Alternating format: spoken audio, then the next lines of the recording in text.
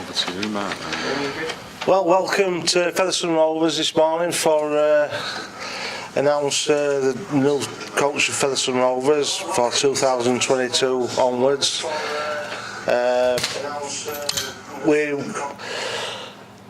It wasn't a difficult decision. I knew James wasn't carrying on at Featherstone for 2022, and obviously I knew Brian were available, and I knew he wouldn't be available for that long because a coach of his quality, there's not that many quality coaches about, and I knew we had to move quick, and we're absolutely delighted to get Brian on board at Featherstone Rovers because his track record, his ability to win big games will stand us in good stead for promotion next year.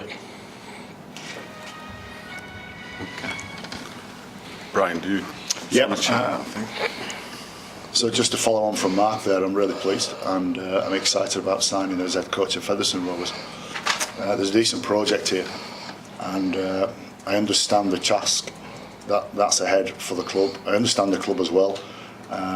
When I was with the Rhinos, that's where the origin of the dual reg came in, and I had many meetings with Mark Campbell at the time about how dual reg was going to work, and to make dual reg work, I had to have an understanding of the club, and I had to, certainly Mark had to have an understanding of our club as well. So at the time, so I understand the philosophies, I understand where Mark's at, and the guy's got a burning ambition to get promoted. That's always been the case. I've always known that. And there's other things that's happened over the years with Featherstone, and the club itself has grown. It's filled out. It's packed out.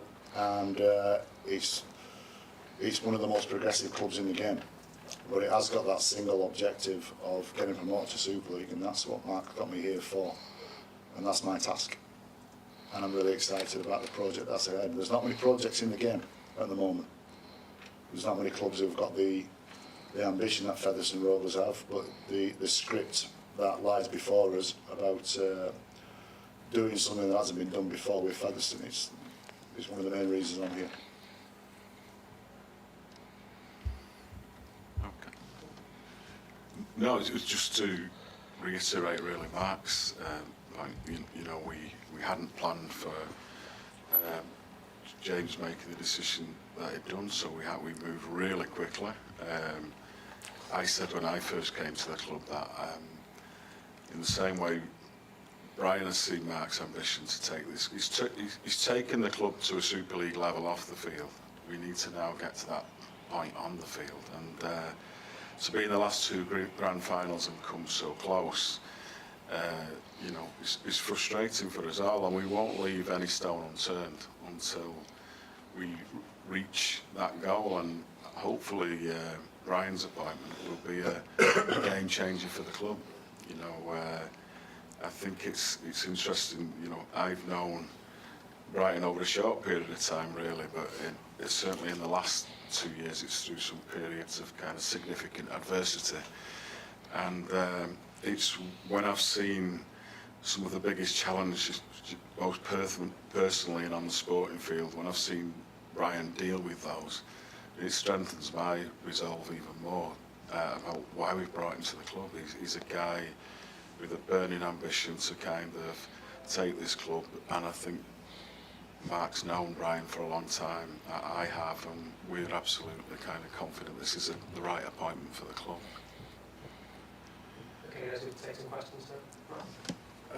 Brian, you said that it's one of the most progressive clubs in the league. Can you just elaborate on that? What makes you hold that opinion? I think if you used to visit the club 10 years ago, it would look different. This club has grown. I don't think that's a secret. It's grown both off the field, and the squad that they've got together has progressively got better. That's taken some expense. Mark's created that, generated that funding for the club to be able to recruit a decent squad there. So, in terms of where it was 10 years ago to where it is now, there's genuine growth, and for them to have this ambition of getting promoted is quite a big ambition. It's quite a ballsy ambition actually, compared to what some other clubs have spent over the years. And I think just in terms of that, rather than survival or top four is not the ambition, it's not the goal. It's getting promoted, and it's the ultimate in putting your chips on a marker and saying that's what we want.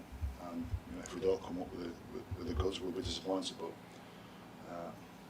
all that is a package, I think, called progression. I think, from what it was years ago to where it is now is two very different clubs. Mark, is this a club, in your eyes, that is ready for Super League now, that needs to be in Super League? Oh, absolutely. It's been ready for Super League for the last 4 or 5 years. Every year we've progressively got better and better off the field. We've took some. That's jumped another 30% since Martin's been involved. The potential at the club is second to none. I know we're in between Castleford and Wakefield, but it's a huge rugby league area. Everybody lives and breathes rugby league, and this is the forefront of what everybody talks about. If you drive about, you don't see people in football tops. You see people in Featherstone Rovers tops, and that's not just in Featherstone, but in this whole area, stretching over towards Gull and Selby. This club's set up for Super League. The stadium, the infrastructure, the finances. We've made it a self-sustaining business, which can deliver every year. What needs to be done, Brian, to take that next crucial step to actually get up into Super League? Well, I'm hesitant to say it's going to come down to 80 minutes, but it would look like that's the case given the last 2 real seasons at the Bard. In 2019, what the club did, and in particular Ryan Carr, I thought was great. I said it at the time that what Featherstone did, not just as a team but as a club too, because that's what happens when you finish 5th and make grand finals. It's a club effort. Ryan Carr would have felt a bit unnerved about finishing 5th that year, but then had the confidence to coach his team and give them some belief that they could get through to the grand final. And that year for Featherstone as a club was fantastic. I remember them coming over in the league game to Toronto and brought a whole lot of fans, but obviously in the grand final was a brilliant day. And it just came down to the 80-minute performance. And then just recently we were playing against Toulouse, and you couldn't really improve much on last year for Featherstone, could you, other than just 80 minutes. The business plan, the stability of the club has a massive bearing on players. And if your business plan and the stability of the club's a bit chaotic, and a bit threadbare, players get that. And during tough times, it has a part to play. So I've been involved with some decent clubs in the past, and the stature of the club and how well run the club is certainly has a bearing on game day, has a bearing during tough times. And I think Featherstone are bearing that theory out. So it probably does come down to 80 minutes this time next year. Can it be done with a part-time squad as well? Because that's a bit of a question in it about things going full-time. I don't think you can do that with a part-time position. Yeah, I mean it's a different topic, and I don't want to divert from it. What's part-time and what's full-time? If we was to lock down all the hours we're going to train compared to Super League clubs, I'm not sure we'd train any less.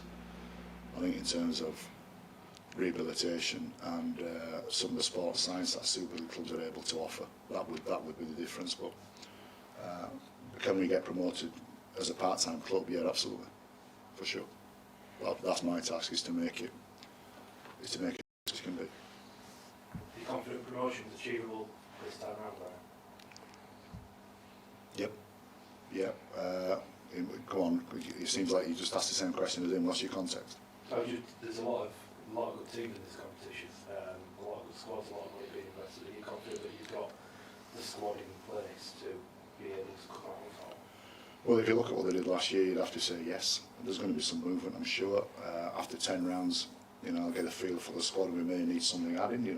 I don't know whether that be the case, but there's the ability to do that. But at the moment, the squad went really well last year. I just failed at the final hurdle, so As I've already said, that's just not to do with one game plan. It's not to do with one strategy of a game. That's to do with the whole club and its influence over the boys, over the team, come that 80-minute performance. But you're right in saying that the comp's a good comp. There's some challenging teams out there. Each one of those top 6 teams in the Championship gets stronger every year. You know, every time they get close to playoffs, they just grow a little bit and get better at it. Obviously, Leigh are going to be, you know, the big ones. You know, they'll be out in front of everybody because of how much they're spending. So, you know, all eyes will be on Leigh. But yeah, for sure, confidence is a funny word when you're talking about coaching. But I think they've got the right things in place. Yeah.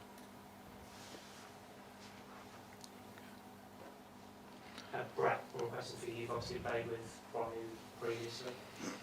What's your reactions to those? I'd retired by the time we started playing. Yeah, he's way older than me, yeah. I've played on Brian, yeah, at Leeds, when I heard about the James leaving and obviously the rumours regarding Brian, I was obviously delighted. I think he's a first-class coach. Great man management as well. He'd be great for this club in where we're going and the direction that we're going forward. And as a playing group and what the boys have already said, they're excited to be working alongside him. So, yeah, he's a proven track record in what he's done in the coaching world.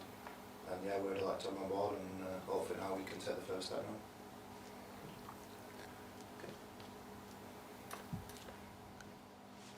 now. Okay, so